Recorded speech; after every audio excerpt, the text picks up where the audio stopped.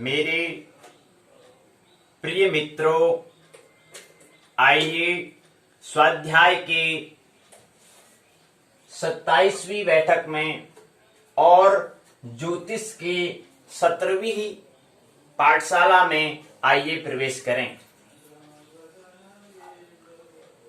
तो पिछले 16 दिन से हम उत्तराखंड मुक्त विश्वविद्यालय यूओयू के पाठ्यक्रम सिलेबस के तहत हम यहाँ पर पाठशालाएं पाठों पर क्या कर रहे हैं, चर्चा कर रहे हैं। पिछले 16 दिन से या 17वां दिन आज है, या आने वाली जो पाठशालाएं होंगी वो हम किस पर बात करेंगे, उत्तराखंड मुक्त विश्वविद्यालय की जो उन्होंने जो पाठ्यक्रम बनाया है उसके तहत यहाँ पर हम पाठशालाएं करेंगे। आधार उसका, माध्यम उसका, सहारा उसके सहारे से हम क्या करेंगे, यहाँ पर पाठशालाएं हम करेंगे। बीच बीच में हम कुछ अपनी जो अनुभव, जीवन से संबंधित कुछ प्रश्न इत्यादि जो होंगे उसको भी हम उसमें जोड़ देंगे। लेकिन मुख्य क्या है, उत्तराखंड मुक्त विश्वविद्यालय यूओयू के पाठ्यक्रम जो है उनके पाठों पर चर्चा करना, उनका जो पाठ्यक्रम है उस पर चर्चा करना। तो पिछले हमने उत्तराखंड मुक्त विश्वविद्यालय की स्नातक प्रथम वर्ष का प्रथम प्रश्न पत्र ज्योतिष विषय, जो मानविकी विद्या शाखा के अंतर्गत और उसके अंतर्गत आने वाला विभाग, डिपार्टमेंट जो है उसका नाम है ज्योतिष, उसके अंतर्गत आने वाला जो पहला प्रश्न पत्र है जिसको व्यक्त करता है यूओयू JY101 का उसको कोड दिया हुआ है, उस प्रश्न पत्र का ज्योतिष के पहले भाग, जो पहला भाग है उस भाग का नाम दिया है, उसको व्यक्त करता है JY101। ब्रह्मांड एवं काल के बारे में हम समझ चुके हैं। सम्यक ज्ञान या थोड़ा बहुत उसमें कुछ संकेत हमने समझने का प्रयास, संक्षिप्त में समझने का प्रयास हमने पिछले 16 दिन में हमने किया, पिछली पाठशाला में हमने किया। और आज हम उसी क्रम को आगे बढ़ाते हुए आज उत्तराखंड मुक्त विश्वविद्यालय की स्नातक ज्योतिष विषय के स्नातक प्रथम वर्ष के द्वितीय प्रश्न पत्र, ज्योतिष विषय के प्रथम वर्ष के द्वितीय प्रश्न पत्र जिसको व्यक्त करता है यूओयू JY102, जिसका नाम, उस पुस्तक का नाम दिया है जन्म कुंडली निर्माण। जन्म कुंडली का कैसे निर्माण करते हैं, कैसे सृजन करते हैं, कैसे उसको बनाते हैं, कैसे वो निर्माण, कैसे वो अस्तित्व में आता है इत्यादि, इस पर चर्चा यहाँ पर करेंगे। तो मुक्त विश्वविद्यालय ने, उत्तराखंड मुक्त विश्वविद्यालय ने इसका नाम ही क्या दिया है, इस पुस्तक का नाम क्या दे दिया है, जन्म कुंडली निर्माण किताब का नाम दिया है। इसके अंतर्गत आने वाले जो चर्चाएं हैं, जो पाठशालाएं होंगी, उस पर हम क्या करेंगे, थोड़ा उसको संक्षिप्त में समझें। फिर जन्म कुंडली निर्माण के जो पुस्तक है उसको और उस पाठ, उनके पाठ की ओर हम प्रवेश करेंगे।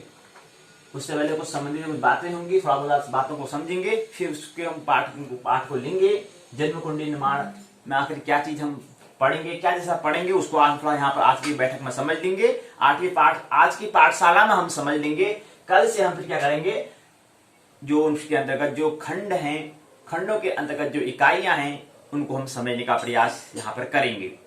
तो सबसे पहले हमने कहा कि हमारे पास वक्त भी यहाँ पर 100 दिन का हमें वक्त मिला था इस बार एक पाठ्यक्रम को यहाँ पर समझने का, जिसमें हमने क्या कर लिया है पहले कि जो हमारे 14 दिन जो थे वो पूर्ण हो चुके हैं।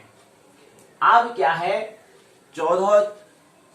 16 दिन पूरे हो चुके हैं, माफ करना, 16 दिन पूरे हो चुके हैं। तो पहले जो प्रश्न पत्र जो हमारा JY101 ब्रह्मांड एवं काल जो था, जो 16 दिन का जो वक्त दिया था, वह क्या वक्त होता है, पूर्ण होता है, वह समय क्या होता है, समाप्त होता है। अब जो हमारा पास 16 दिन का वक्त बचा है, उस 16 दिन के वक्त में हमें क्या करना है, इस पर हम जो JY102 जन्म कुंडली निर्माण है, उन 16 दिन को हम कैसे, किस प्रकार से, किस क्रमबद्ध तरीके से हम उन पाठों को, उसके अंतर्गत जो इकाइयां, खंड के अंतर्गत जो इकाइयां हैं, कैसे इसको हम पूर्ण करने का, संक्षिप्त में पूर्ण करने का प्रयास हम करेंगे, उसके बारे में थोड़ा आज हम यहाँ पर रूपरेखा को समझ लें। तो सबसे पहले कुल जो इकाइयां हैं 21 हैं, कुल खंड कितने हैं 5 और कुल इकाइयां हैं 21 और 21 इकाइयां को हम 11 दिन में, अर्थात कहने का मतलब है एक दिन में 2 इकाई को हम लेने का प्रयास करेंगे तो बन जाते हैं 11 दिन में 2 इकाई 11 दिन में 11 दुना 22 इकाइयां आ जाती हैं। हालांकि हैं 21 इकाइयां तो कोई दिक्कत नहीं, तो 11 दिन में हमारे क्या हो जाएंगे इकाइयां पूर्ण हो जाएंगी। उसके बाद 2 दिन का इसके अंतर्गत हमने एक यहाँ पर क्या है, जो कल की जो पाठशाला होगी ज्योतिष परिचय पाठशाला, जो हमारा 21वां डे 21 जो दिन था, द्वितीय सत्र जो चल रहा था, वो हम उस सत्र पर हम चर्चा करेंगे।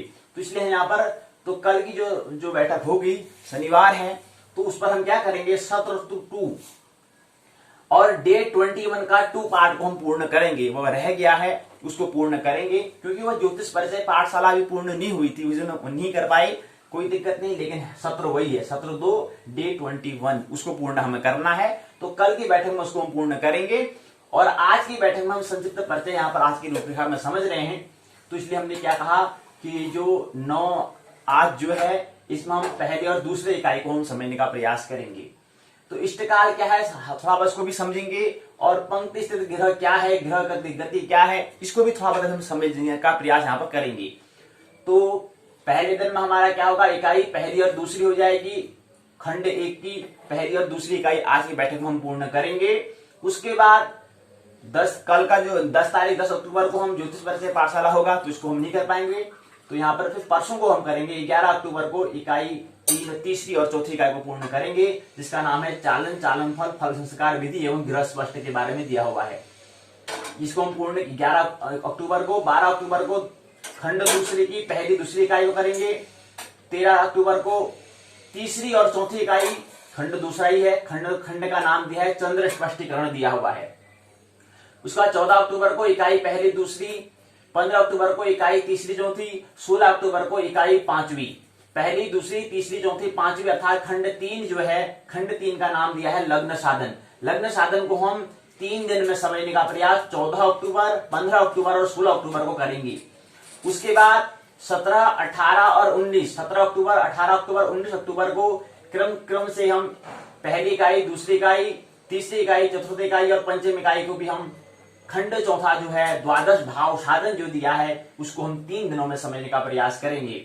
उसके बाद 20 अक्टूबर, 21 अक्टूबर को हम यहाँ पर फिर खंड 5 को समझेंगे, दशा साधन उसका नाम दिया हुआ है, इस खंड का नाम, उसको हम समझने का प्रयास यहाँ पर करेंगे।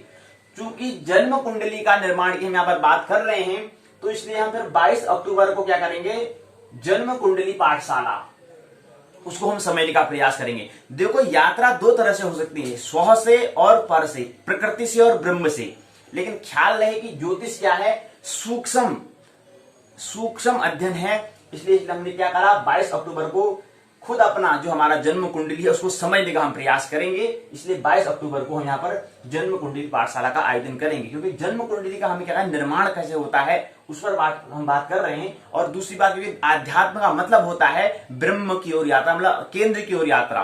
तो इसलिए ज्योतिष क्या है, ब्रह्म की ओर यात्रा है, ज्योतिष क्या है, अध्यात्म है। ज्योतिष अध्यात्म तभी बनता है और ज्योतिष अध्यात्म को हमें बनाना है, इसलिए यात्रा स्व से करनी होगी, अर्थात मूल से, अर्थात ब्रह्म से हमें करनी होगी। तो इसलिए हमने 22 अक्टूबर को क्या करी, जन्म कुंडली पाठशाला जो वर्तमान में अपनी जो जन्म कुंडली है उसको समझने का हम प्रयास करेंगे। समझना अपने आप को ही है, इसलिए तो पहले हमने भाग किया था स्वार्थ, स्व का अर्थ पहले समझना है, उसके बाद आता है पुरुषार्थ, उसके बाद आता है परमार्थ। जो व्यक्ति स्व का ही अर्थ नहीं समझ पाया वो पुरुषार्थ नहीं कर पाएगा, नहीं कर सकता है, नहीं परमार्थ कर सकता है। तो ये बात ख्याल रहे।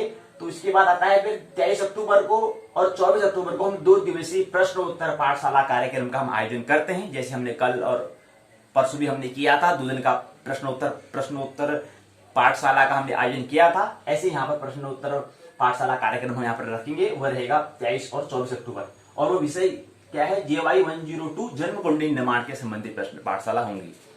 तो यहाँ पर हम क्या करेंगे, ये करेंगे। उसके बाद क्या है कि इस महीने के अक्टूबर के अंत में हमें एक परीक्षा का भी आयोजन करना है। 31 अक्टूबर 2020 को इम्तिहान परीक्षा का हमें आयोजन करना है, अपने आप की जांच करनी है, कहीं किसी अलग अलग कोणों से, एंगल से हमें अपनी जांच करनी है। तो इसके यहाँ पर हम जांच करेंगे, अपनी एक परीक्षा का आयोजन करेंगे, इम्तिहान नहीं की तरह यहाँ पर करेंगे, 2 घंटे का ऐसा आयोजन करेंगे जैसे होता है, जैसे विश्वविद्यालय या अन्य विश्वविद्यालय या विद्यालयों में लिया जाता है, उस तरह का ठीक यहाँ पर आयोजन हम करने का प्रयास करेंगे। प्रश्न पत्र बनाएंगे और उसको एक प्रश्न लेंगे, उसको कैसे हमें 2 घंटे में पूर्ण करना है, कैसे वहां पर स्थिति में हमें कैसे उसको बाहर निकालना है, उसके बारे में कुछ आयोजन यहाँ पर 31 अक्टूबर को हम करेंगे। और याद रहे कौन सा विषय रहेगा, GY 101-102 ब्रह्मांड एवं काल और जन्म कुंडली का निर्माण। ये 2 प्रश्न, इन 2 प्रश्न पत्रों पर अर्थात ज्योतिष के क्या होंगी परीक्षा का, और 2 सत्रों में होगा, पता है, सुबह के और दोपहर के सत्र में वो परीक्षा होंगी।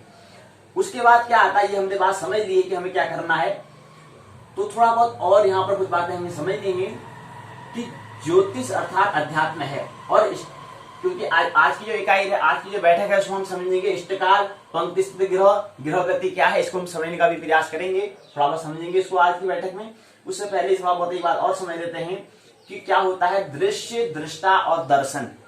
इसको भी समझें कि दृश्य और फिर उसके बाद दृष्टा, उसके बाद फिर दर्शन, अर्थात ब्रह्मांड दर्शन कहलाएगा, और दृष्टा मूल अर्थात ब्रह्म कहलाएगा, और दृश्य कहलाएगा अंड अर्थात प्रकृति कहलाएगा।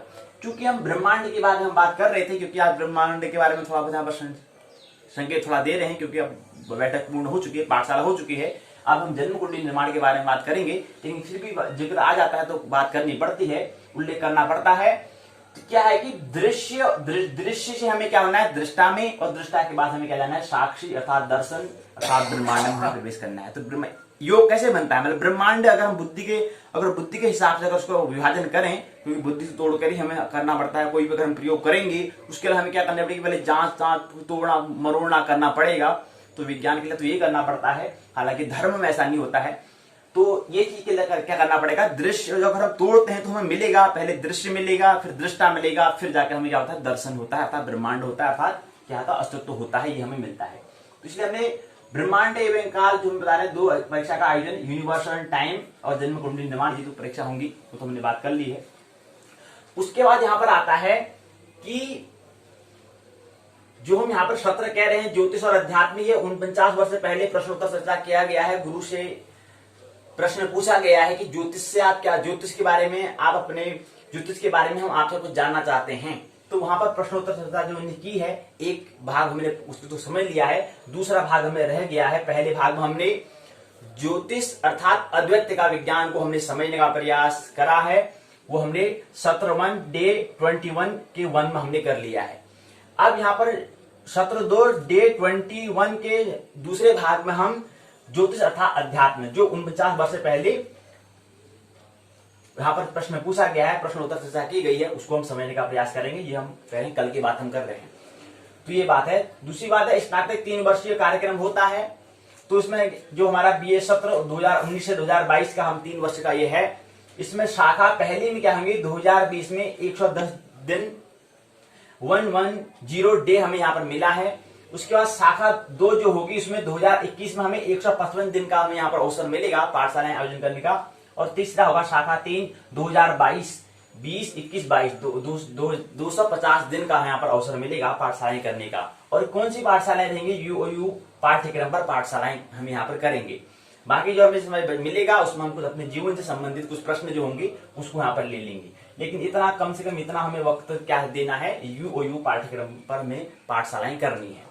तो ये हमने बता दिया शाखा 1 शाखा 2 शाखा 3 2020-19 से 22 तक है, तो 2020 में 110 दिन, और शाखा 2 2021 में 155 दिन, और शाखा 3 2022 में 250 दिन का अवसर यहाँ पर मिला है। तो 110 155 250 दिन का यहाँ पर अवसर मिला है, उसका भरपूर यहाँ पर उपयोग करेंगे और एक अच्छा सा आविष्कार हमें करना है।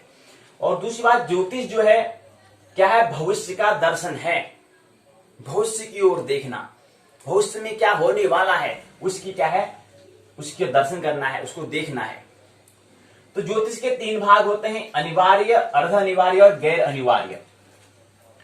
और अनिवार्य जिसे हम कहते हैं वो शाश्वत जो है, जो सनातन जो है, जो मूल जो ब्रह्म जो है, उसको हम कहते हैं अनिवार्य।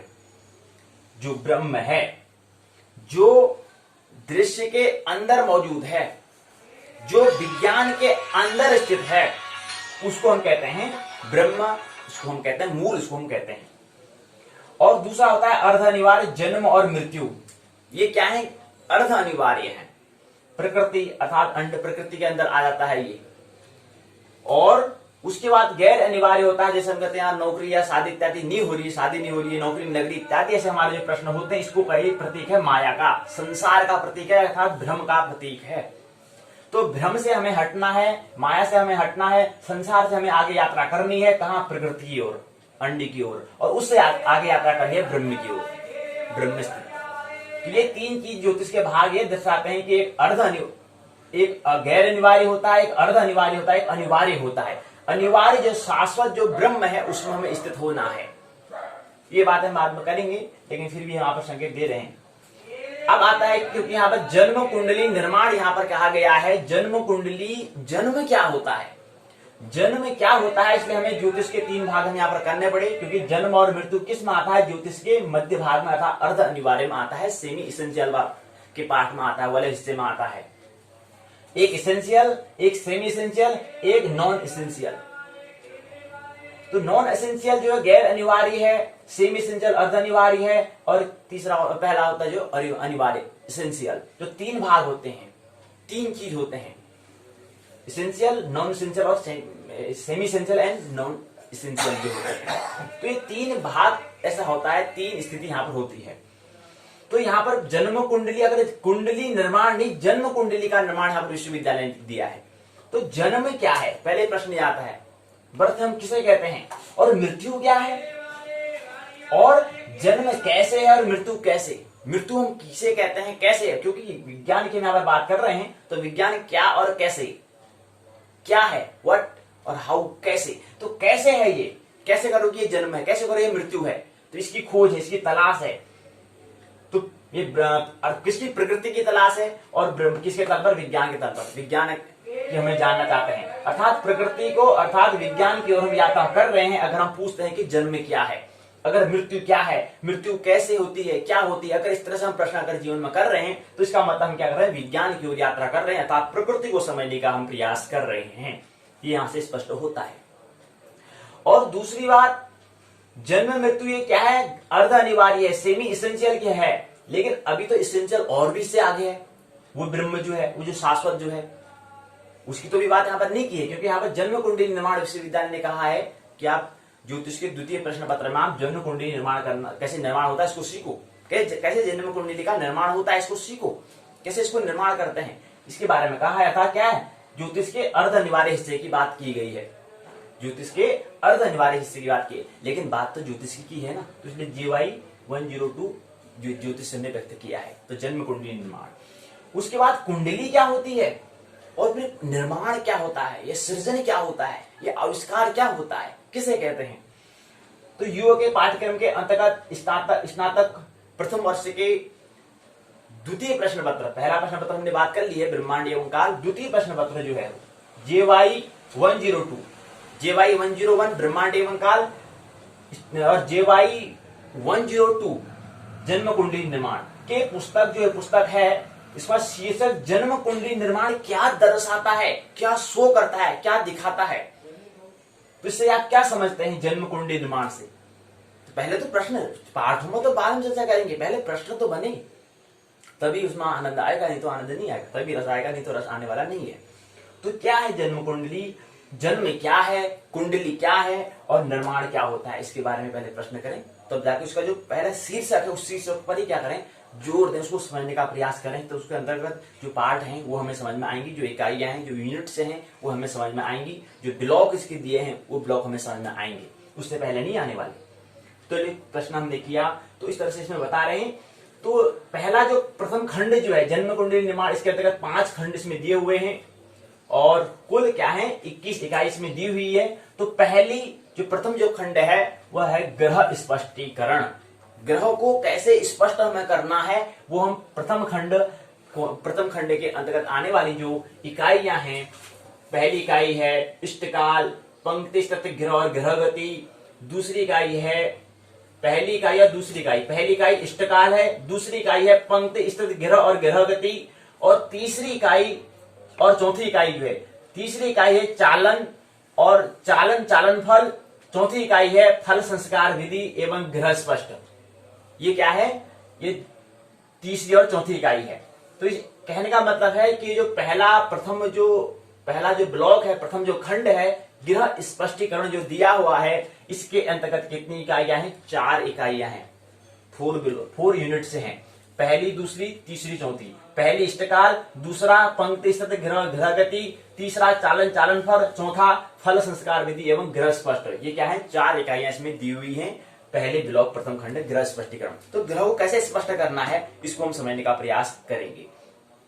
तो ये बातें हैं जो हमें समझनी है।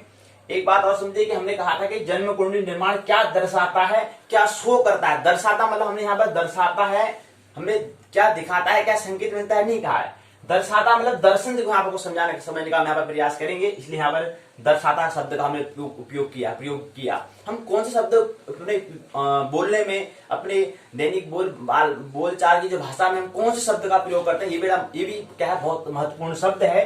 तो हमने जन्म कुंडली क्या संकेत देता भी हम कह सकते थे, लेकिन यहाँ पर दर्शाता है, क्या शो करता है, क्या दिखाता है, हमने जानबूझ कर किया है। तो दर्शाता मतलब वाक्य हम यहाँ पर दर्शन की हम कुछ बात कर रहे हैं।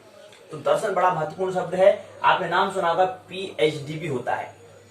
डॉक्टर ऑफ फिलोसफी जिसको हम कहते हैं, डॉक्टर ऑफ फिलोसफी उसको हम कहते हैं PhD। और DPhil भी आपने नाम सुना होगा, जो क्या होता है, वो भी क्या होता है, डॉक्टर ऑफ फिलोसफी होता है। DPhil और PhD। तो PhD के आपने नाम सुना होगा, देखा होगा, किसी के जो नाम है उसके आगे डॉक्टर भी लगता है। याद रहे, किसी व्यक्ति ने उच्च शिक्षा प्राप्त कर ली है, उसके आगे डॉक्टर लग गया है, अर्थात डॉक्टर ये शो करता है कि वो व्यक्ति आप क्या है, दृश्य और दृष्टा से हट करके आप क्या करता है, दर्शन करता है। अब वो दृश्य में भी नहीं उलझा है। दृष्टा अर्थात तो ब्रह्मांड को जैसा अस्तित्व है उसको वैसे ही देखता है। तोड़ के बांट मार करके देखना उसका नहीं है। वो अब क्या है, वो अब धर्म, विज्ञान और धर्म से आगे अध्यात्म पहुंच चुका है। दर्शन ये शो करता है। दर्शन बहुत आध्यात्मिक शब्द है।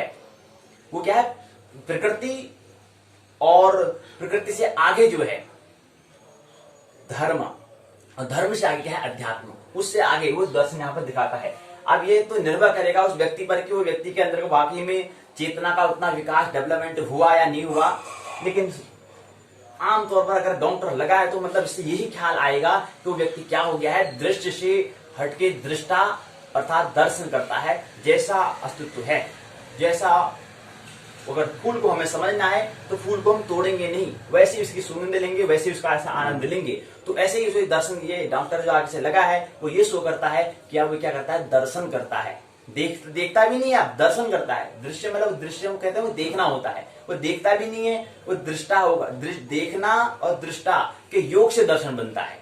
मतलब जहां पर 2 चीजें हमें दर्शन हो रही हैं, जहां पर क्या हो रहे हैं, 2, प्रकृति और ब्रह्म दोनों का जहां पर दर्शन हो, जहां पर दोनों हमें दिखाई दो, तो ऐसे दिखना, ऐसे दिखाई देना क्या कहलाता है, दर्शन कहलाता है।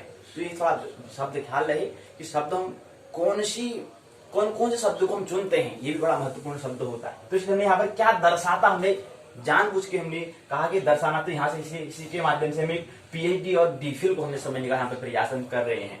तो PhD हमने कहते हैं कि डॉक्टर ऑफ क्या होती है, फिलोसफी होता है। फिलोसफी मतलब होता है दर्शन। तो क्या बड़ा महत्वपूर्ण शब्द है, यहाँ पर भारत में इसको दर्शन कहते हैं और यहाँ पर पश्चिम में इसको फिलोसफी कहते हैं। लेकिन दर्शन शब्द जो है बहुत वो क्या है, आध्यात्मिक शब्द है। तो ये बात है, उसमें बहुत ज्यादा जो दर्शन शब्द है उसमें बहुत वैज्ञानिकता, प्रमाणिकता इसमें है। तो ये बता दिया कि दर्शन मतलब होता है साक्षी, गवाह। आप क्या होता है, वो अपने जो भी काम करते हैं उसका गवाह है, साक्षी है, सबूत उसके खुद जो अब देखता है। कोई भी कार्य करता है, कहीं पर कोई गलती होती है तो वो किसी और की राय नहीं लेता है, किसी कोर्ट में कानून इससे निर्भर नहीं रहता है वो, क्योंकि वो कहता है कि खुद मैं देखने वाला हूं ना, मालिक तो मैं हूं। मेरे से ज्यादा आप थोड़ा जान सकते हैं मेरे बारे में, मैं अपने आप को आपसे कहीं ज्यादा मैं अपने आप को जानता हूं। और ऐसी ये नियम आपके लिए भी होता है। तो ये चीज है दर्शन। तो डॉक्टर ऑफ फिलोसफी ये सार्थक तभी होगा जब हम दर्शन करने लग जाएं, साक्षी गवाह होने लग जाएं, विटनेस को हम प्राप्त हों। नहीं तो डॉक्टर लिखा है वो केवल औपचारिकता के लिए रह जाएगा, संसारिक उसको हम कह सकते हैं, संसारी या माया ब्रह्म हम रह सकते हैं। लेकिन शिक्षा का बड़ा महत्व है, क्योंकि हम मानसिक मनोह में चिकित्सा करनी है, शिक्षा का बड़ा महत्व है इसलिए है। तो इसलिए हम इसको डॉक्टर कर रहे हैं तो बहुत पूरी मेहनत से, पूरे लगन से उसको करें। तो डॉक्टर आके मिल रहा है तो बड़ा क्या है, आविष्कार है, एक बहुत बड़ा क्या है, आपने एक बहुत उपलब्धि प्राप्त कर ली है, अचीवमेंट आपने प्राप्त किया है, इसलिए आपके अक्षर डॉक्टर लगा है। तो ये बात ख्याल रहे।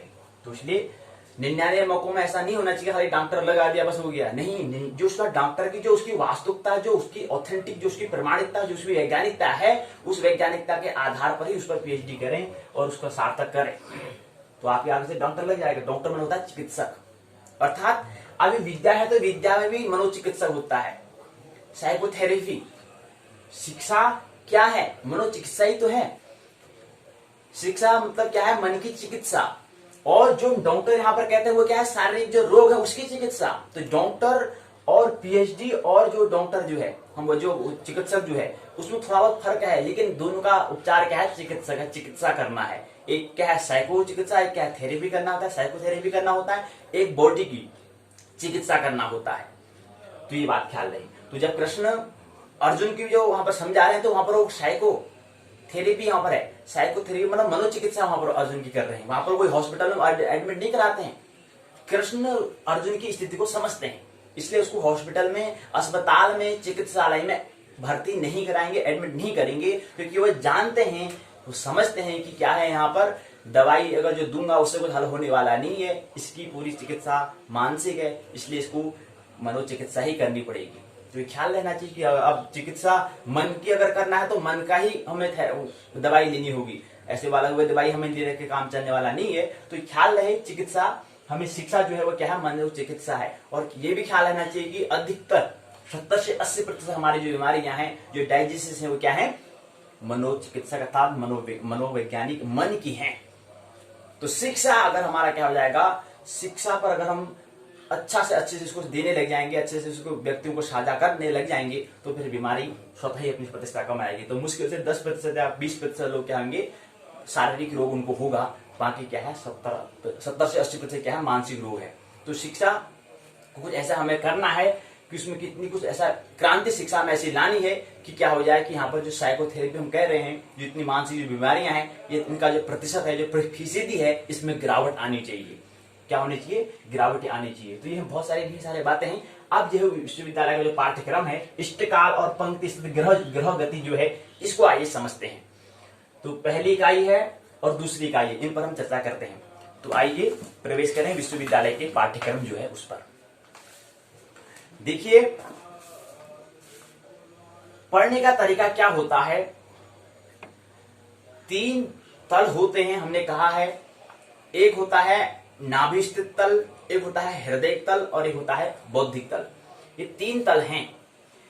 अब क्या है कि हम पुस्तक को पढ़ते हैं, यहां पर थोड़ा भाव की आवश्यकता होती है।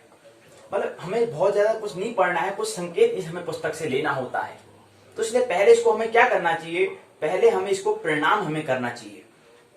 पहले इसको हम नहीं, इसको हम धारण हम कर रहे हैं, पहले इसको ऐसा भाव हमें करना चाहिए जैसे हम पूजा करते हैं, जैसे हम जैसा एक प्रेमी प्रेमिका से करता है, वैसे यहाँ पर हमें ये करना है। हमें ये वैसे में क्या है? वैसे क्या है? विज्ञान है। ये क्या है? प्रोडक्ट है। ये क्या है? विज्ञान है, वस्तु है, पदार्थ है, द्रव्य है। लेकिन द्रव्य में भी हमें क्या करना है? तो ब्रह्मांड के अंदर ही। तो इससे भी हमें क्या करना है? इसमें भी हमें प्रेम, एक भावपूर्ण इसमें होना है। जैसे क्या होता है? एक प्रेमी एक प्रेमिका के लिए क्या होता है, या एक प्रेमिका एक प्रेमी के लिए होता है, ऐसे ही यहां पर भी हमें क्या करना है? इस प्रकृति, ये पदार्थ जो है, इस पर भी हमें भावपूर्ण होना है। तो इसमें क्या होना चाहिए? इसको पहले हम प्रणाम करते हुए प्रवेश करें। इसमें देखिए क्या दिया है, उत्तराखंड मुक्त विश्वविद्यालय इसमें दिया है, हल्द्वानी मानविकी विद्या शाखा है, इसका कोड है BAJY 102। उसके बाद इसमें आता है मानविकी विद्या शाखा है, उसके अंतर्गत जन्म कुंडली निर्माण ज्योतिष विभाग के अंतर्गत आता है, एस्ट्रोलॉजी डेवलपमेंट है डिपार्टमेंट है, उसके अंतर्गत आता है। तो जो एस्ट्रोलॉजी डिपार्टमेंट है, विभाग है, उसमें इसका नाम जन्म कुंडली निर्माण इन्हें दिया है। प्रथम वर्ष में ज्योतिष स्नातक के प्रथम वर्ष के द्वितीय प्रश्न पत्र का नाम क्या दिया है? उस किताब का नाम जन्म कुंडली निर्माण दिया है। पहले में ब्रह्मांड एवं काल दिया है, दूसरे में क्या दिया है? जन्म कुंडली निर्माण इसमें दिया हुआ है। अब देखिए इस पुस्तक में क्या है, क्या दिखा रहा है? यहाँ पर एक चित्र यहाँ पर दिया है, एक तस्वीर यहाँ पर है, ये तस्वीर यहाँ पर भी दी हुई है, ये तस्वीर भी दी हुई है, यहाँ पर गणेश जी की तस्वीर दी हुई है, यहाँ पर एक इंसान और पूरे ब्रह्मांड अर्थात सोलर सिस्टम के बारे में यहाँ पर चित्र दिया हुआ है। इसके साथ यहाँ पूरा आकाश गंगा पूरे ब्रह्मांड को यहाँ पर दिखाने का प्रयास इस पिक्चर में, इस तस्वीर में किया हुआ है। तो ये क्या दिखा रहा है, इससे हम क्या समझते हैं, इस पिक्चर से, तस्वीर से हम क्या समझते हैं, या विश्वविद्यालय ने इस तस्वीर को यहाँ पर क्यों लगाया, उसका क्या उद्देश्य इसमें रहा होगा, इस चीज को हमें समझे। अंदर तो जो कुछ होगा उसको देखेंगे ही देखेंगे, लेकिन पहले बाहर क्या है इसको तो समझे। यहाँ पर क्या दिखाया है, जन्म कुंडली का जो होते हैं 12, जो यहाँ पर जो इसके क्या है खांचे जो होते हैं, भाव जो हम दिखाते हैं, वो यहाँ पर इसमें दिया हुआ है। चक्र जो बताया है, इस चक्रों के बारे में इससे मतलब जो हम उसको जब हम जन्म कुंडली का निर्माण करते हैं तो उसको एक खांचों के माध्यम से, तो ये आकृति दी हुई है। कहने का मतलब है ये कौन सी आकृति है जिसमें क्या होता है, जिसमें हम अपने जन्म कुंडली बनाते हैं, उसकी यहाँ पर आकृति दी हुई है, उसकी यहाँ पर संरचना दी हुई है। उसके बाद फिर यहाँ पर थोड़ा ये दिखा रखा है इनने, यहाँ पर होता है जन्म कुंडली। जन्म कुंडली का जो शब्द होता है वो इंग्लिश में होरोस्कोप होता है, और होरोस्कोप जो शब्द जिस मूल शब्द से बना है उसका हिंदी में मतलब होता है मैं देखता हूं जन्मते हुए ग्रह को। मैं देखता हूं जन्मते हुए ग्रह को, और जन्म कुंडली और इंग्लिश में इसको होरोस्कोप कहते हैं। और होरोस्कोप जिस शब्द से मिलकर बना हुआ है उसका हिंदी में मतलब होता है मैं देखता हूं जन्मते हुए ग्रह को। तो ये बात ख्याल रहे। तो इसमें दिया हुआ है, यहाँ पर इसका लोगो दिया है, श्रद्धावान लभते ज्ञानम, उत्तराखंड मुक्त विश्वविद्यालय। उत्तराखंड मुक्त विश्वविद्यालय ये आकृति इसमें दी हुई है। यहाँ पर सूर्य को दिखाया गया है, यहाँ पर पहाड़ दिखाए गए हैं, यहाँ पर नदियां, यहाँ पर पुस्तक, ये चीज दिखाया गया है। तो ये लोगो क्या दिखाता है, ऐसे यहाँ पर दिया हुआ है मानवीय विद्या का, इस थोड़ा सा पीछे इसमें दिया हुआ है। आइए तो प्रणाम करते हुए इस पुस्तक को हम समझने का प्रयास करेंगे। इसमें क्या दिया हुआ है, विश्वविद्यालय ने क्या इसमें संकेत दिए हैं हमें ब्रह्म की ओर, ब्रह्म अस्तित्व की ओर हमें प्रवेश करने के लिए, ब्रह्म के लिए क्या इशारे किए गए हैं। ज्योतिष है वो तो दिखाई रहा है कि हमें ब्रह्म की ओर हमको समझने का प्रयास करेंगे। तो आइए इसमें प्रवेश करें। पहला जो इसका पृष्ठ है वही दिया है BAJY 102, BAJY 102 लिखा है। जन्म कुंडली निर्माण होरोस्कोप होता है, इसका मतलब होता है, इसकी जो होरोस्कोप जो शब्द जो मूल शब्द है उसका मतलब होता है मैं देखता हूं जन्मते हुए ग्रह को। उसका अर्थ यहाँ पर दिया हुआ है। इसी क्रम में यहाँ पर पाठ्यक्रम समिति जो है उसके बारे में इसमें दिया हुआ है। प्रोफेसर HP शुक्ल हैं, निर्देशक मानवीय की विद्या शाखा, उत्तराखंड मुक्त विश्वविद्यालय हल्द्वानी। उसका पाठ्यक्रम समिति के अंतर्गत दूसरे जो समिति के जो अध्यक्ष हैं, जो उसके अंतर्गत जो क्या है कर्मचारी हैं, या कहें कि जो मेंबर सदस्य हैं, दूसरे सदस्य का नाम है डॉक्टर देवेश कुमार मिश्र, सहायक आचार्य संस्कृत विभाग, उत्तराखंड मुक्त विश्वविद्यालय हल्द्वानी।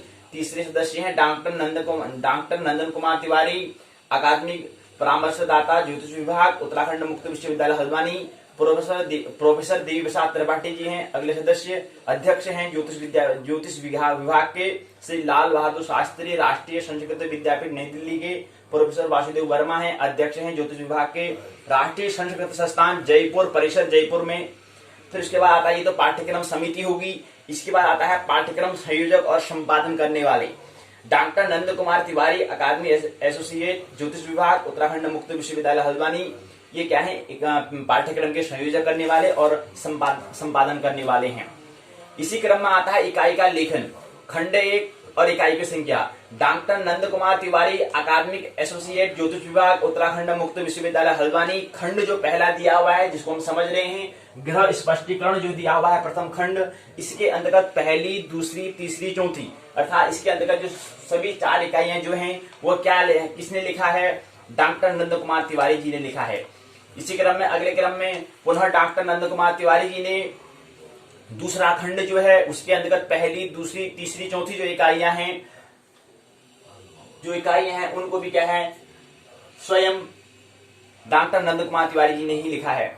उसके बाद फिर डॉक्टर नंद कुमार तिवारी ने तीसरा खंड जो है उसको भी, पहला खंड जो हम बता रहे हैं ग्रह स्पष्टीकरण, दूसरा खंड चंद्र स्पष्टीकरण, इसके अंतर्गत आने वाली जो 4 इकाइयां हैं ये भी क्या है डॉक्टर नंद कुमार तिवारी ने ही लिखा है, जी ने लिखा है। उसके बाद फिर अगला तीसरा खंड जो है लग्न साधन, तीसरा खंड जो है ये इसके अंतर्गत आने वाली इकाई पहली, दूसरी, तीसरी, चौथी, पांचवी, अर्थात पांचों इकाइयां जो हैं वो भी क्या है, नंद कुमार तिवारी जी ने ही लिखा है। उसके बाद फिर अगले जो खंड आता है चौथा, द्वादश भाव। तीसरा खंड का नाम है लग्न साधन, चौथा खंड का नाम है द्वादश भाव। द्वादश भाव के अंतर्गत आने वाली जो 5 इकाइयां हैं वह भी चौथी, पहली, दूसरी, तीसरी, चौथी, पांचवी, ये जो पांचों इकाइयां जो हैं ये भी क्या है, डॉक्टर एन के तिवारी, डॉक्टर नंद कुमार तिवारी जी ने ही लिखा है। उसके बाद पांचवा खंड जो आता है, पांचवें खंड का नाम है दशा साधन। इसके अंतर आने वाली जो 3 इकाइयां हैं, पहली, दूसरी, तीसरी, ये भी किसने लिखा है, डॉक्टर नंद कुमार तिवारी जी ने ही लिखा है। तो लिखा है पाठ्यक्रम संयोजन और संपादन करने वाले। इकाई लेखन तो किसने लिखा है, इकाई की संज्ञा, तो इकाई का लेखन नंद कुमार तिवारी जी ने ही करा है। तो जो नंद कुमार तिवारी जी ने लिखा है, उनके जो उन्होंने पीएचडी किया होगा, डॉक्टर ऑफ फिलोसफी उनको जो मिला होगा, तभी तो अभी हमने बात की थी पीएचडी, तो पीएचडी की है, ये यहाँ से स्पष्ट होता है क्योंकि आगे डॉक्टर लगा है, मतलब चिकित्सक। अब यहाँ से हमें यह संकेत मिलता है कि डॉक्टर में से होता है कि दृश्य और दृष्टा से हटके दर्शन कर रहे हैं, मतलब दृश्य दृष्टा का भेद मिट चुका है, अब केवल क्या करते हैं, दर्शन करते हैं, तो इसलिए आगे डॉक्टर लगा है, ये शो करता है। अब ये तो अलग व्यक्ति पर निर्भर करेगा कि वो विकास की श्रेणी, तो उच्च विकास की जो उच्चतम श्रेणी जो है, उच्चतम शिखर जो है वो तो बुद्धत्व है, इनकी परम जागरण है, वो प्राप्त है, हुआ नहीं हुआ। लेकिन यहाँ पर डॉक्टर जो बता रहे हैं, दर्शन जो बता रहे हैं, ये भी क्या है, जो बुद्धत्व का जो उच्चतम शिखर है उसको ही दिखाता है, उसको ही शो करता है, उसका ही परिणाम को दिखाता है। तो ये हमने बताया कि कितनी है, तो कुल मिलाकर इसमें क्या है, 5 खंड हैं और 4 इकाइयां हैं। तो ये इसमें 5 खंड दिए हुए हैं और पहली जो खंड है इसके अंदर 4 इकाइयां हैं, पहली, दूसरी, तीसरी। तो ये पहले पाठ्यक्रम समिति, पाठ्यक्रम संयोजन और संपादन करने वाले, इकाई का लेखन करने वाले, इसके बारे में हमने समझा, यहाँ पर दिया हुआ है। इसी क्रम में अगले जो है, अगला क्रम आता है अनुक्रम। आइए अनुक्रम को भी समझ लेते हैं। पहला खंड है, प्रथम खंड जो है गृह स्पष्टीकरण है। पहला इकाई इष्टकाल दिया है, दूसरी इकाई पंक्ति स्थित गृह गति, तीसरी इकाई चालन फल, चौथी इकाई फल संस्कार विधि और गृह स्पष्टीकरण, गृह स्पष्ट ये दिया हुआ है। पहली इकाई, दूसरी इकाई, तीसरी इकाई, चौथी, 4 इकाई इसमें दी हुई है और प्रथम खंड है गृह स्पष्टीकरण। प्रथम खंड का नाम दिया है गृह स्पष्टीकरण और 4 इकाइयां इसके अंतर्गत आती हैं। द्वितीय खंड है चंद्र स्पष्टीकरण। द्वितीय खंड, दूसरा खंड जो है उसका नाम दिया है चंद्र स्पष्टीकरण। पहली इकाई गत और जन्म नक्षत्र क्या है उसके ज्ञान के बारे में, अर्थात गत और जन्म नक्षत्र का ज्ञान पहली इकाई में। दूसरी इकाई में भयात भभोग साधन। तीसरी इकाई में जन्माक्षर निर्णय। चौथी इकाई में चंद्र स्पष्ट विधि एवं चंद्र गति साधन के बारे में चौथी इकाई में हम समझेंगे। तो द्वितीय खंड चंद्र स्पष्टीकरण के अंतर्गत 4 इकाइयां हैं, ये हम यहाँ पर समझने का प्रयास करेंगे। उसके बाद तृतीय खंड है लग्न साधन। पहली इकाई है पलभा और चरखंड साधन। दूसरी इकाई है लंकोदय मान और स्वोदय साधन। तीसरी इकाई है अयनांश। चौथी इकाई है लग्नानयन एवं जन्मांग चक्र निर्माण विधि। पांचवी इकाई है साम्पातिक काल से लग्नानयन। और यहीं पर क्या होता है, 5 इकाई पूर्ण होती है तो खंड तीसरा लग्न साधन पूर्ण होगा। इसके बाद चतुर्थ खंड द्वादश भाव साधन है। पहली इकाई है नतोधन उन्नत काल ज्ञान। दूसरी इकाई है दशम लग्न साधन। तीसरी इकाई है षष्टांश ज्ञान विधि। चौथी इकाई है संसंधि भाव साधन। पांचवी इकाई है चलित चक्र निर्माण। ये जो हम अभी बात कर रहे थे चलित चक्र, हम यहाँ पर जो संकेत में दिया हुआ है कि क्या है, चलित चक्र है। ये क्या है, चलित चक्र है। ये संरचना को दिखाता है चलित चक्र का निर्माण कैसे होता है। मतलब जन्म कुंडली के अंतर्गत चलित चक्र जो होता है ये होता है। उसका नाम जो हम खाते बता रहे हैं, 12 भाव होते हैं, 12 ग्रह में 12 राशियां उसमें होती हैं, 9 ग्रह में बैठे हुए होते हैं। ये जो हम बात करते हैं वो किसके अंतर्गत आता है, उसकी जो संरचना होती है, जो रूप होता है, जो स्ट्रक्चर होता है, उस स्ट्रक्चर का नाम दिया है चलित चल चक्र, उसका नाम दिया हुआ है। अर्थात क्या है, वो चलते रहता है। ग्रह नक्षत्र तारे इत्यादि सब क्या चल रहे हैं, इसलिए इसका नाम क्या दिया, चलित चक्र निर्माण। चलित चक्र का कैसे निर्माण करना है वही जन्म कुंडली निर्माण के अंतर्गत आता है वो। उसके बाद पंचम खंड है, 5वां खंड है दशा साधन। पहली इकाई नक्षत्र से दशा निर्णय। दूसरी इकाई विंशोत्तरी और अंतर दशा साधन। तीसरी इकाई योगिनी दशा और अंतर साधन। ये क्या है, 3 इकाई इसमें दी हुई हैं। तो कुल इकाई कितनी है? 21 इकाइयां हैं। पहले जो ब्रह्मांड एवं काल जो हमने पढ़ा था वहां पर हमें 4 खंड दिए हुए थे, 22 इकाइयां थी। और यहाँ पर कितनी है? 21 इकाइयां हैं, लेकिन खंड कितने हैं? एक बढ़ के इनकी 5 खंड हैं, 21 इकाइयां हैं। तो आइए अब प्रवेश करें हम पहले खंड की ओर, और उसके अंतर्गत आने वाला पहली इकाई इष्टकाल। इकाई की रूपरेखा दी है, प्रश्न पहले पूछा है, पहले प्रश्न देखें। इष्टकाल साधन की विधि लिखकर उदाहरण सहित दीजिए। छोटा प्रश्न, लघु प्रश्न पूछा है, यहां पर इसमें दिया हुआ है। तो इष्टकाल इकाई है, इसकी संरचना, इकाई की रूपरेखा को देखें। आइए, पहला है प्रस्तावना, दूसरा उद्देश्य, तीसरा इष्टकाल परिचय, फिर इष्टकाल की परिभाषा और स्वरूप, इष्टकाल का साधन, इष्टकाल का सैद्धांतिक विवेचन, सारांश, पारिभाषिक शब्दावली, अभ्यास प्रश्नों के उत्तर, सहायक और उपयोगी पाठ्य सामग्री, संदर्भ ग्रंथ सूची, निबंधात्मक प्रश्न, ये इसमें दिया हुआ है। इसके बाद आता है प्रस्तावना। बताया है कि ये क्या है? पहले खंड की क्या है? पहली इकाई है। पहले खंड का नाम है ग्रह स्पष्टीकरण, आपने दिया है। जो पहला खंड ग्रह स्पष्टीकरण है, उसके अंतर्गत जो पहली इकाई है उस इकाई का नाम है इष्टकाल।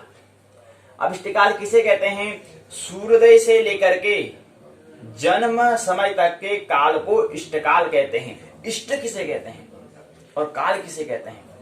इष्ट कहते हैं हमारे, आपके इष्ट कौन से, आपके कौन से इष्ट देव हैं पूछते हैं। तो ऐसे यहाँ पर इष्टकाल किसे कहते हैं? इष्टकाल जब सूर्योदय हुआ और जब जन्म हुआ उसके बीच के जो समय है, उसके बीच का जो कालखंड है, जो समय बीता है, उस समय को हम कहते हैं इष्टकाल। वो समय क्या कहलाता है? इष्टकाल कहलाता है। किसी व्यक्ति का जन्म अगर 6 बजे होता है, 6 बजे सूर्योदय होता है और जन्म 8 बजे होता है, तो उसके बीच के जो समय आ रहा है, 2 घंटे का जो वक्त आता है, 6 बजे जन्म हुआ, 6 बजे क्या हुआ? सूर्योदय हुआ, और 8 बजे क्या हुआ? उसका जन्म हुआ। तो 2 घंटे का जो वक्त मिला, इस वक्त को, इसको हम क्या कहेंगे? इष्टकाल कहेंगे। उसको हम घंटे, मिनट, सेकंड में कहेंगे, या उसको हम घड़ी, पल, विपल में कहेंगे। तो बात एक ही है। तो यहाँ पर इष्ट का मतलब होता है अभिष्ट होता है, और काल का मतलब होता है समय। जिस काल अर्थात समय ज्ञान की अपेक्षा है, उसका साधन इष्टकाल साधन कहलाता है। तो इष्ट का मतलब होता है अभिष्ट होता है, मतलब विशिष्ट जिसमें हो, अविष्ट जिसमें हो, उसको हम क्या कहते हैं? इष्ट कहते हैं। जो विशिष्ट जिसके अंदर, जो विशेष जो इसके अंदर हो, वो क्या कहलाता है? इष्ट। जैसे विज्ञान है, विशेष जिसमें ज्ञान हो वो विज्ञान कहलाएगा, वो साइंस कहलाएगा। अर्थात प्रकृति को जो समझने चला है, एक तो होता है प्रकृति को समझना, एक होता है माया को समझना, संसार को समझना, जिसको हम संसार में, एक तो संसार को समझना होता है, एक होता है विज्ञान को, एक होता है ज्ञान, एक होता है विज्ञान, एक विशेष ज्ञान अर्थात प्रकृति को समझना होता है, एक ब्रह्म को समझना होता है। ये चीजें हैं। तो यहाँ पर दिया हुआ इसमें इष्टकाल परिचय क्या है। शुद्ध लग्न क्या होता है? तो कह रहे हैं कि शुद्ध लग्न निकालने के लिए शुद्ध इष्टकाल की आवश्यकता होती है। इष्टकाल शुद्ध होगा तभी क्या होगा? शुद्ध कुंडली का निर्माण। शुद्ध मतलब होता है साफ, स्पष्ट क्या होगी? कुंडली का निर्माण होगा। अर्थात शुद्ध मतलब होता है सत्य क्या होगा? उसका क्या होगा? निर्माण होगा। जो सही है, जो वाकई में जो शाश्वत सनातन है, उसका निर्माण होगा।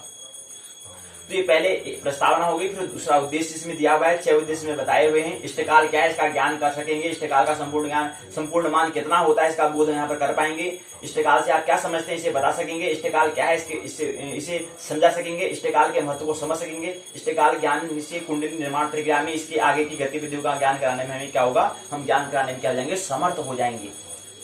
इष्टकाल से परिचय हमने यहाँ पर दिया हुआ है। सूर्योदय के ये कुछ जो 2-3 नियम होते हैं। जैसे किसी का जन्म होता है सूर्योदय के बाद होता है। पहले सूर्योदय 6 बजे हो गया और इसका जन्म क्या हुआ है? बाद में हुआ है, बाद में जन्म हुआ है, तो उसके लिए नियम अलग होता है। या किसी का जन्म सूर्योदय से पहले हुआ है, 6 बजे सूर्योदय होता है, उसका जन्म 4 बजे हुआ है, एक स्थिति ये भी होती है। और एक स्थिति ये होती है कि सूर्योदय 6 बजे हुआ है, किसी का जन्म क्या होता है? दिन में 12 बजे उसके बाद होता है। किसी का जन्म क्या होता है? सूर्यास्त भी हो जाता है, उससे पहले हो सकता है जन्म, उसके बाद भी हो सकता है, या किसी की रात को भी जन्म होगा। तो इस तरह कुछ क्या बनती हैं, उसके अलग अलग भाग बनते हैं, कुछ अलग नियम होते हैं। उन नियम को यहाँ पर क्या दिया है? इष्टकाल परिचय यहाँ पर समझना हमको होता है। लेकिन सबसे जैसे हमारी भाषा है, जैसे हम एक जो साधारण जो समझना है, मतलब किसी का जन्म है, जैसे हमारा एक स्थिति ऐसी है, एक स्थिति सबसे जो सामान्य स्थिति यह है कि सूर्योदय 6 बजे हुआ, जन्म 8 बजे हुआ, तो ये सामान्य स्थिति है। इसमें इष्टकाल निकालने में ज्यादा दिक्कत नहीं होगी, ज्यादा हमें कठिन हमें परिश्रम नहीं करना पड़ेगा, आसानी से वो निकल आएगा। तो उसमें हमें क्या करना है, जो सूर्योदय है और जब हमारा जन्म हुआ है उससे सूर्योदय को हमें क्या करना है, उसको ऋण कर देना है, घटा देना है, तो जो आएगा वो इष्टकाल आ जाएगा। लेकिन 2-3 जो अन्य जो स्थितियां हैं उसको थोड़ा हमें कुछ नियम समझने होते हैं, उस नियम को ध्यान में रखते हुए हम क्या करेंगे, इष्टकाल को निकाल पाएंगे। और इष्टकाल निकालना में अगर कुछ थोड़ा बहुत गलती हमने कर दी है तो जो सत्य जो शाश्वत है उसमें हम नहीं पहुंच पाएंगे। मतलब वो सत्य जो हम जिसकी हम खोज कर रहे हैं उससे हम क्या हो जाएंगे, विमुख हो जाएंगे, या उसकी खोज हम नहीं कर पाएंगे। कहने का मतलब ये है, तो इसलिए क्या करना है। और दूसरी बात, ये मानक समय है लेकिन हमें स्थानीय समय, लोकल टाइम का उपयोग यहाँ पर करना होगा। हम 6 बजे सूर्योदय को कह रहे हैं लेकिन उस वक्त के बाद जो समय हो रहा है, अर्थात कहने का मतलब जो इष्टकाल हम जो कह रहे हैं, ये इष्टकाल क्या है, ये इष्टकाल अब जिसका क्या है, जन्म 6 बजे हुआ है, 6 बजे सूर्योदय हुआ है, जन्म 8 बजे हुआ है, तो इसके बीच में जो समय है वो क्या है, 2 घंटे का वक्त है, तो ये इष्टकाल कहलाएगा। और यही क्या कहलाएगा, स्थानीय समय भी कहलाएगा। ये जो पहली स्थिति बन रही है, अन्य स्थिति में ऐसा नहीं होगा, लेकिन ये स्थिति में क्या है, जो 6 बजे सूर्योदय हुआ और जन्म 8 बजे हुआ, तो इसके बीच में क्या है, उसका अभी 2 घंटे हो रहे हैं, इसी को इष्टकाल कहते हैं। इस स्थिति में इसी को इष्टकाल कहेंगे और ये स्थानीय समय होता है, लोकल टाइम होगा। तो ये हम आपको समझाने का प्रयास कर रहे हैं। अब होता क्या, बहुत सारे नियम। इष्टकाल यदि मध्याह्न 12 बजे का है तो दिनमान को आधा करने से इष्टकाल प्राप्त होता है। ये दिनमान क्या होता है, रात्रिमान क्या होता है, हमने समझने का प्रयास किया था, तो वही दिनमान की आप बात कर रहे हैं। दिनमान क्या होता है, मतलब हम बता रहे थे कि क्या है, जो वास्तविक हम कहते हैं कि दिन कितना होता है, 12 घंटे का होता है, रात 12 घंटे के होते हैं। ऐसे दिनमान 12 घंटे न होकर थोड़ा 12 से बढ़ के होता है, रात्रिमान 12 से थोड़ा कम होता है। जो वास्तविक दिनमान जो है, मतलब होता है कि 12 घंटे तो हम उसको आम भाषा में कह देते हैं, लेकिन दिनमान मतलब वास्तविक जो उसका मान है, उस मान को हमें आधा करके, तो इसे करें इष्टकाल यदि मध्याह्न 12 बजे का है तो दिनमान को आधा करने से इष्टकाल प्राप्त हो जाएगा। यदि सूर्यास्त का जन्म है तो दिनमान ही जो पंचांग में उद्धृत रहता है इष्टकाल हो जाएगा। अगला कहते हैं, यदि ठीक अर्धरात्रि का जन्म है तो रात्रिमान को आधा करके उसमें दिनमान को जोड़ देने से क्या हो जाएगा, इष्टकाल प्राप्त हो जाएगा। ये अलग अलग स्थिति है। इसी प्रकार बिना सूर्योदय या अस्त का समय जाने इष्टकाल को दिनमान या रात्रिमान पर से निकाल सकते हैं। अगर बिना सूर्योदय या सूर्य के उदय या अस्त का समय जाने हम क्या करते हैं, इष्टकाल को दिनमान और रात्रिमान पर से निकाल सकते हैं। इष्टकाल को सूर्योदय कब हो रहा है, सूर्यास्त कब हो रहा है, उसके ध्यान में रखते हुए भी हम दिनमान और रात्रिमान के आधार पर इष्टकाल हम निकाल सकते हैं। तो यहाँ पर हम ये बात है। इष्टकाल क्या है, जिस समय का लग्न हमें जानना हो, अर्थात जिस समय की हमें ज्योतिषीय जानकारी हमें अपेक्षित हो, उसी समय को इष्टकाल कहते हैं। इष्टकाल time of suppose of time in equation होता है। संक्षेप में से इष्ट भी हम इसको कहते हैं। यही इष्ट समय समस्त जातक शाखा की क्या होती है, रीढ़ होती है। ये पीठ हमारे पीठ कहते ना, पीठ के विद्या पीठ भी हमने कहा, तो पूरा शरीर का कंट्रोल करता है, हमारी रीढ़ करती है, हमारी तंत्रिका तंत्र करती है। और याद है कभी विद्यापीठ आपने नाम सुना है, तो विद्या ऐसे हमारे जीवन की जो विद्यारूपी पीठ है, वो जीवन जो इस पर खड़ा है, हमारे विद्या पर खड़ी है। तो इसको समझे, तो यहाँ पर दिया हुआ है। इसमें दिनमान कैसे निकालें, रात्रिमान कैसे निकालें, यहाँ पर इसमें दिया हुआ है। इसको साधन यहाँ पर करना है, कुछ नियम हमको यहाँ पर दिए हुए हैं, क्योंकि अलग अलग स्थिति हो सकती है ना। कौन कौन सी स्थिति हो सकती है, क्योंकि कोई किसी का जन्म लेने का कोई फिक्स तो है नहीं। कोई सुबह भी जन्म ले सकता है, कोई रात्रि भी ले सकता है, कोई दोपहर भी लेगा, कोई सायंकाल लेगा, कोई क्या लेगा। लेकिन हमें सभी नियमों पता होनी चाहिए। कोई सायंकाल में ले रहा है, कोई सुबह ले रहा है, कोई प्रातः काल में ले रहा है, तो इसके लिए नियम क्या होगा, सबके लिए अलग नियम लागू होगा। अब किसी का जन्म क्या होता है, प्रातः काल होता है। अब प्रातः काल किसे कहते हैं, प्रातः काल हम जो 4 से 8 बजे का जो वक्त है उसको हम प्रातः काल कहते हैं। तो वहां के लिए अलग नियम हो जाएगा। सुबह 8 से 12 बजे होता है, उसके लिए अलग नियम हो जाएगा। और उसके बाद 12 के बाद जो 4 होता है दोपहर, अलग उसके लिए अलग नियम हो जाएगा। सायंकाल हम सायं कहते हैं, 5 से 8 तक वो सायंकाल हो जाएगा। उसके बाद फिर क्या हो जाएगा, शाम हो जाएगी 8 से 12। उसके बाद 12 से 4 तक क्या हो जाएगा, फिर वो रात्रि हो जाएगी। तो ये सबके लिए अलग अलग स्थितियां, हमने बात की थी कि 6 स्थितियां होती हैं। इस स्थिति में अगर जन्म लेगा तो 6 स्थितियों की 6 नियम हमको ख्याल रखने पड़ेंगे। तो कोई किसी में भी जन्म ले सकता है, लेकिन ख्याल रहे कि अधिकतर जो लोग जो जन्म लेते हैं वो रात्रि को लेते हैं। उनका जन्म जो होता है वो रात्रि का। क्यों? क्योंकि जो आत्मा है वो जन्म का क्षण भी और कहां पर जन्म लेना है, स्थान भी और समय भी, टाइम और स्पेस, समय और क्षेत्र दोनों को क्या करती है, चुनती है कि किस समय मेरे को जन्म लेना है और किस क्षेत्र में मेरे को जन्म लेना है। ये आत्मा का, ये सोल का क्या होता है, डिसीजन होता है, निर्णय होता है। तो ये बात इसमें दी हुई है, कुछ नियम बताए हैं, तो ये नियम हमको ख्याल रखेंगे। तो किसी समय भी जन्म लो, चाहे 6 एक अहोरात्र जो होता है उसमें जो 6 हमने चरण हमने किए हैं, 6 जो हमने शाखाएं की हैं, उन 6 शाखाओं में, उन 6 शाखाओं को हम प्रातः कहते हैं, प्रातः के बाद को हम सुबह कहते हैं, सुबह के बाद उसको हम क्या कहते हैं, दोपहर कहते हैं, दोपहर के बाद हम सायं कहते हैं, सायं के बाद हम फिर शाम कहते हैं, शाम के बाद फिर क्या कहते हैं, रात्रि कहते हैं। ये 6 जो चरण हैं, किसी भी चरण में अगर किसी भी शाखा में अगर जन्म लें तो उसके लिए हमें नियम अगर पता होगा तो इष्टकाल हम निकाल सकेंगे। इष्ट के अन्य भेद भी होते हैं, इसमें दिया हुआ है। कुछ प्रश्न इसमें पूछे गए हैं। इष्टकाल कहते हैं सूर्योदय से जन्म समय तक के काल को, सूर्योदय काल को, जन्म समय से लेकर के सूर्योदय तक के काल को, दिन को, किसको कहते हैं इष्टकाल? इष्टकाल सूर्योदय से लेकर के जन्म समय तक के काल को कहते हैं। सूर्योदय हो गया, उसका जन्म कब हुआ, उस वो हम क्या कहते हैं, इष्टकाल कहते हैं, सूर्योदय के बाद। दूसरा प्रश्न है, मध्याह्न का अर्थ होता है मध्य होता है, प्रातः होता है, दोपहर होता है, सायंकाल होता है, क्या होता है? खराम शब्द से तात्पर्य है, क्या शब्द है? निम्नलिखित में दिन नार्थ किसे कहते हैं? देशांतर होता है। इष्टकाल के अन्य भेद इसमें दिए हुए हैं। इसी क्रम में आगे बढ़ते हैं। साम्पातिक काल क्या है? वसंत संपात बिंदु किसे कहते हैं?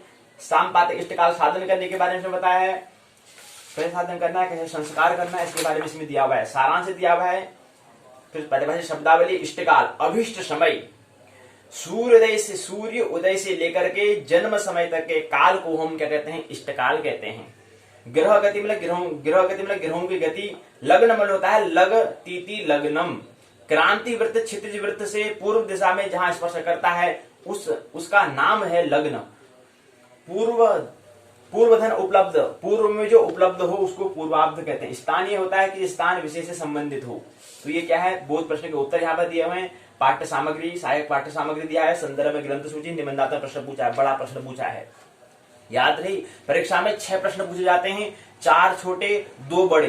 तो दीर्घ प्रश्न यहाँ पर जैसे बनाए, इष्टकाल को परिभाषित करते हुए शोधारण व्याख्या कीजिए, कल्पित इष्टकाल का साधन करते हुए विस्तार से वर्णन करो। तो यहीं पर क्या होती है, पहली इकाई जो है इष्टकाल ग्रह स्पष्टीकरण, प्रथम खंड के अंदर जो पहला इकाई है इष्टकाल पूर्ण होता है। द्वितीय इकाई है पंक्ति स्थित ग्रह गति, पंक्ति में स्थित ग्रह और उनके ग्रहों की गति क्या होती है, इसके बारे में द्वितीय इकाई दी है। इसकी रूपरेखा, उसकी संरचना है, इकाई की संरचना दी है। पहली प्रस्तावना, दूसरा उद्देश्य है, पंक्ति स्थित ग्रह परिचय, पंक्ति स्थित ग्रह और गति की परिभाषा और स्वरूप के बारे में, पंक्ति स्थित ग्रह का साधन कैसे करना है इसके बारे में, सारांश, पारिभाषिक शब्दावली, अभ्यास प्रश्नों के उत्तर, संदर्भ ग्रंथ सूची, सहायक पाठ्य सामग्री, उपयोगी जो पाठ्य सामग्री उसके बारे में, निबंधात्मक प्रश्न। ये क्या है, इकाई की संरचना है। प्रश्न पूछा है कि ग्रह गति ज्ञान की विधि लिखकर कल्पित उदाहरण द्वारा सूर्य से राहु तक 8 ग्रहों की गति का साधन करो। गति की मतलब गणना करो कि सूर्य से लेकर के राहु पर्यंत जो क्या है 8 ग्रह हैं, राहु केतु इत्यादि 2 ग्रह होते हैं। तो क्या है, इनका हमें क्या करना है, गति का साधन करना है, गति कैलकुलेट करनी है, गणना करनी है, कलन इसको हमें करना है, जोड़ना है। क्या होगा समय, कह रहे हैं कि द्वितीय इकाई है प्रथम खंड ग्रह स्पष्टीकरण के अंतर्गत पहली इकाई है, इकाई के बाद जो हमने बताया क्या है इष्टकाल। द्वितीय इकाई है पंक्ति स्थित ग्रह और ग्रह गति, द्वितीय इकाई दी हुई है कह रहे हैं। और पंक्ति का मतलब होता है पंचांग स्थित ग्रह। जन्म कुंडली निर्माण में जब आप ग्रहों का आनयन करते हैं तो इष्टकाल के पश्चात ग्रहानयन, ग्रहोधन अनयन में पंक्ति स्थित ग्रह का ज्ञान करते हैं। पंचांग में दिए गए ग्रह को पंक्ति ग्रह कहते हैं। सभी ग्रहों की अपनी अपनी गति होती है। ग्रहों की गतियों का आनयन जिस प्रकरण में हम करते हैं उसे ग्रह गति के नाम से हम जानते हैं। इससे पहले हमने इकाई में ग्रह स्पष्टीकरण के अंतर्गत जो पहली इकाई है इष्टकाल को हमने समझने का प्रयास किया है। अब हम क्या कर रहे हैं, द्वितीय इकाई में पंक्ति स्थित ग्रह और उनकी ग्रह गति का हम अध्ययन यहाँ पर कर रहे हैं। दूसरा उद्देश्य इसमें दिया हुआ है, पंक्ति स्थित ग्रह का परिचय यहाँ पर दिया है। पंक्ति का मतलब होता है पंचांग स्थित ग्रह। पंचांग, पंक्ति का अर्थ होता है पंचांग स्थित ग्रह। चालन मतलब होता है इष्टकाल और पंक्ति के भीतर के समय का गति के अनुसार साधन किया हुआ ग्रह। चालन धन और ऋण दोनों हो सकता है। तो चालन बराबर क्या होगा, इष्टकाल और पंक्ति के भीतर के समय का गति के अनुसार साधन किया हुआ, गणना किया गया हुआ ग्रह जो है उसको। और चालन जो होता है धन और ऋण दोनों होता है, पॉजिटिव और नेगेटिव दोनों होगा। पंक्ति के आगे ग्रह साधन करना हो तो हमें धन करना होगा, पहले के साधन करना होता तो चालन, पहले के साधन हमें करना होगा तो वहां पर चालन क्या होगा, ऋण होगा। तो चालन धन चालन ऋण दो होते हैं। ठीक है, ये चाल पंक्ति से ग्रह का परिचय यहाँ पर समझ रहे हैं। इसी क्रम में कुछ बातें दी हैं। चालन बनाने के उदाहरण कैसे होते हैं, किसी का जन्म इतने बजे हुआ है, यहाँ इतने पक्ष, इतने अश्विन पक्ष में कृष्ण सप्तमी में हुआ है, नरसिंहपुर में हुआ है, तो उसका क्या होगा, चालन साधन कैसे करना है, इसके बारे में यहाँ पर दिया हुआ है। इसी क्रम में फिर आगे चालन ऋण होता है, चालन धन होता है, इसके बारे में दिया हुआ है कि 9 ग्रह सूर्य चंद्र मंगल बुध गुरु शुक्र शनि राहु केतु वार पंक्तिवार इष्टकाल। तो इष्ट अंतर जो आया कितना आया, यहाँ पर दिया हुआ है। तो कैसे हमें ये निकालना है चालन, यहाँ पर भी उदाहरण यहाँ पर दिया हुआ है। दूसरा उदाहरण, इसका बोध प्रश्न पूछा है, पंक्ति स्थित का मतलब होता है, क्या होता है, चालन होता है इष्टकाल और पंक्ति के भीतर के समय का गति के अनुसार साधन किया हुआ ग्रह होता है। साठक घटी बराबर होता है, किसके बराबर होता है, साठक घटी किसके बराबर होता है, 24 घंटे के बराबर होता है। ग्रह स्पष्ट, चालन का संस्कार पूर्व में किया जा चुका है तो चालन ये ऋण होगा। तो इस बारे में यहाँ पर दिया है, ग्रह को स्पष्ट कैसे करना है कि ग्रह कहाँ पर स्थित है उसका सीधे साफ हमें स्पष्ट करना है, तो ये हमें गणना करनी होती है। एक गोमूत्री रीति की से हमें गणित करना पड़ता है। अलग अलग सूत्र इसमें दिए हैं, ग्रह गति साधन कैसे करनी है, तो अलग अलग सबके अंदर क्या है, विधि है। तो उदाहरण यहाँ पर बताया है, सारांश बताया कि जन्म कुंडली निर्माण हेतु की क्या है, जो किताब जो पुस्तक है जन्म कुंडली निर्माण, उसके अंतर्गत जो पहला खंड है ग्रह स्पष्टीकरण, उसके अंतर्गत जो द्वितीय इकाई है, उस द्वितीय इकाई का नाम है पंक्ति और पंक्ति स्थित ग्रह और ग्रहों की गति के बारे में बताया है। यहाँ पर क्या बताते हैं, सारांश में बताते हैं। पारिभाषिक शब्दावली है, पंक्ति स्थित ग्रह मतलब होता है पंचांग में स्थित ग्रहों को पंक्ति स्थित ग्रह हम कहते हैं। ग्रह गति में होता है ग्रहाणा नाम गति, ग्रह गति। प्रत्येक ग्रह अपने अपने कक्षा में अपने अपनी गति के अनुसार भ्रमण करते हैं। ग्रहों की भ्रमण आत्मक क्रिया का नाम क्या है, ग्रह गति है। यहाँ पर ग्रह गति दिया हुआ है। क्या मतलब होता है ग्रह गति का मतलब, ग्रह गति का मतलब ये होता है कि क्या है कि ग्रहों की भ्रमणात्मक निरंतर गति, जीवन क्या है, निरंतर प्रगतिशील है, प्रकृति में चलता है, गतिशील अवस्था है ना, तो यहाँ पर ग्रह गति है। गति क्या है, जो ग्रह जो हमारे खगोल पिंड जो है गति कर रहे हैं, तो ग्रहों की भ्रमणात्मक क्रिया का नाम क्या है, ग्रह गति है। शब्द से ही समझ में आ रहा है, ग्रह मतलब हो गया जो हमारे क्या है, जो घुमक्कड़ हो, जो घूम रहे हो, और उनकी अब गति क्या है, वो गति में है या स्थित में है, मतलब चल रहे हैं या स्थिर है वो, तो यहाँ पर गति में ये दिखा रहा है, गति में है। तो ग्रह साधन क्या होता है, मैंने बता दिया, ग्रहाणाम साधनम ग्रह साधनम, पंचांग में प्रतिवर्ष ग्रहों की दैनिक स्थिति के ज्ञानार्थ किया जाने वाला साधन ग्रह साधन कहलाता है। साधन में होता है गणना, हिसाब करना। और चालन होता है ग्रह स्पष्टीकरण के दौरान किया जाने वाला संस्कार क्या कहलाता है, चालन कहलाता है। चालन धनात्मक और ऋण दोनों होता है, धनात्मक और ऋणात्मक दोनों होता है। तो यहाँ पर संदर्भ ग्रंथ सूची दिया है, पाठ्य सामग्री के बारे में यहाँ पर बताया हुआ है कि आप इस पाठ्यक्रम पर उस किताब से आप पढ़ सकते हैं, इसके बारे में और विस्तार से समझ सकते हैं। निबंधात्मक प्रश्न पूछे हैं, पंक्ति स्थिति को समझाते हुए स्पष्ट कीजिए, ग्रह साधन करते हुए विस्तार से उसका वर्णन करो, ग्रह गति से आप क्या समझते हैं स्पष्ट करो, और ग्रह पंक्ति में स्थित ग्रह साधन कीजिए, पंचांग में ग्रह साधन की क्या उपयोगिता है इसके बारे में बताओ। तो ये बातें ढेर सारी बातें हैं, ज्यादा बातें यहाँ पर संक्षिप्त विस्तार से हम बात नहीं कर पाएंगे क्योंकि समय का अभाव है। मानने की कोई आवश्यकता नहीं है, जानने की, आनंद महोत्सव पूर्वक जीवन जीने की आवश्यकता है। मेरी बातों को इतने प्रेम पूर्वक शांति पूर्वक सुना, बहुत बहुत अनुग्रहित हूँ। अंत में सबके भीतर बैठे हुए परमात्मा को प्रणाम करता हूँ, मेरा प्रणाम स्वीकार करें।